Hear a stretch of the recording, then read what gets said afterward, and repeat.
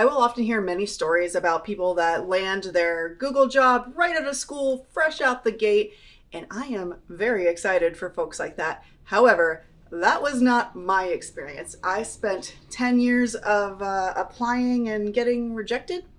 So I want to tell you a little bit about that story.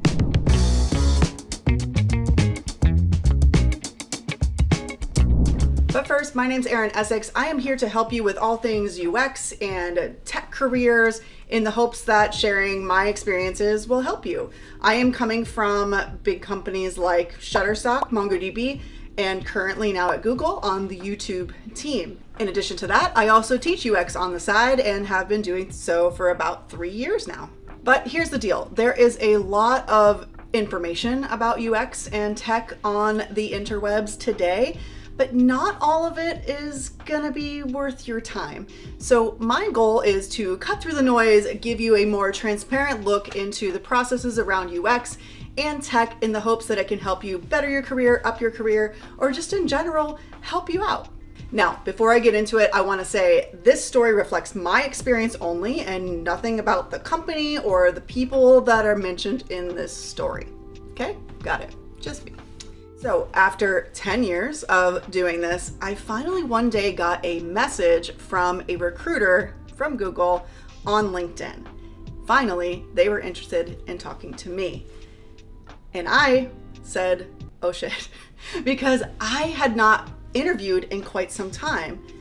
I knew I needed to do what I call the fake interview process. Not a great name, but hear me out.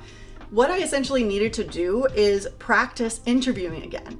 I needed to practice getting my stories down, making them succinct, figuring out how I tell different stories to engineers and than I would to, say, a PM. And so that was really important to get warmed up on again before I talked to Google. And some of the companies I spoke with, I actually liked, so they might have been great to work at as well. But I felt like I was very prepared going into my Google interview.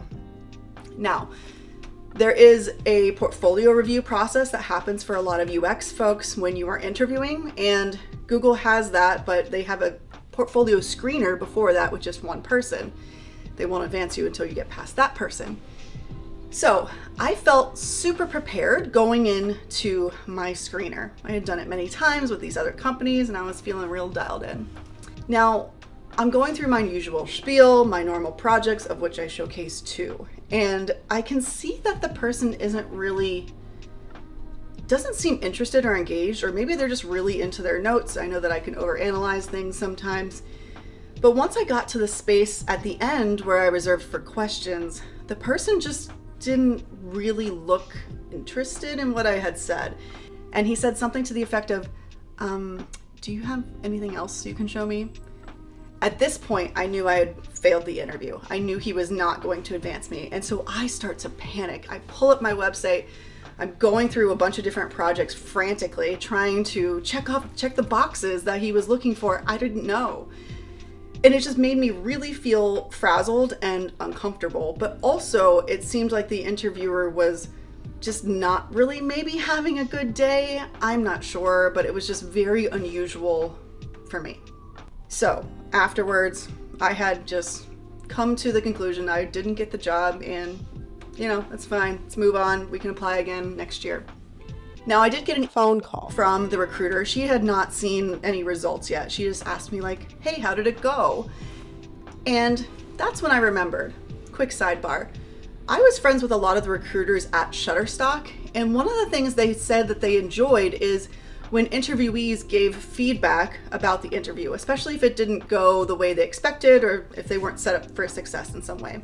And in this case, although I was not asking for another chance whatsoever, I thought it really important that the recruiter understand that this interviewer was maybe having an off day, but otherwise made me feel really uncomfortable as a candidate. And I thought that was important for her to know. So in that same phone call, I said, thank you so much. I'm not sure that it went well. It seemed like the interviewer was having a bad day and I felt really uncomfortable. I wasn't expecting anything up from that. I knew I had lost a job, so I had nothing to lose by telling her that. She said something to the effect of like, oh, I'm so sorry to hear about that, but let's see what the results are. A few days later, she gets back to me and says, oh no, they said no to you. However, I took into account what you said, and I'd like you to actually have a redo. Holy shit, I got a redo. I was not expecting that whatsoever. I honestly just wanted to share that feedback with her, but awesome, I get another chance.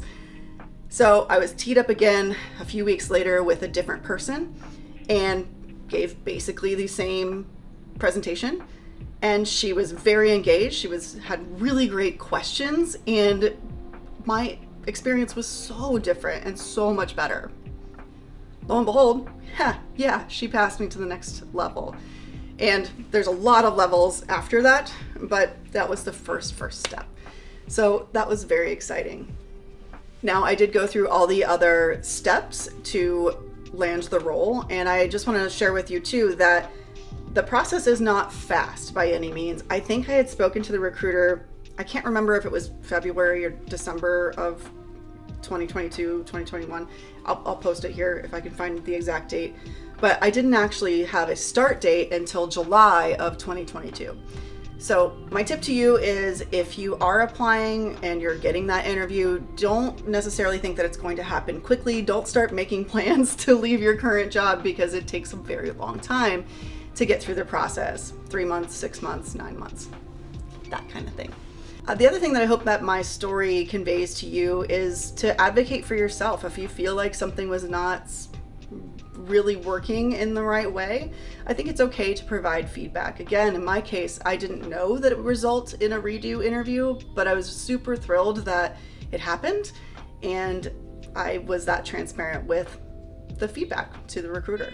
Well, I hope that story was useful to you. If so, let me know in the comments below. I also welcome any additional questions that you have that I can provide additional transparency on. And thank you so much for watching. I'm just starting this channel, so anything that you can do to support, whether it's like, subscribe, all of that would be so nice, so nice. Anyway, thank you so much for watching. Have a great day, and we'll see you next time.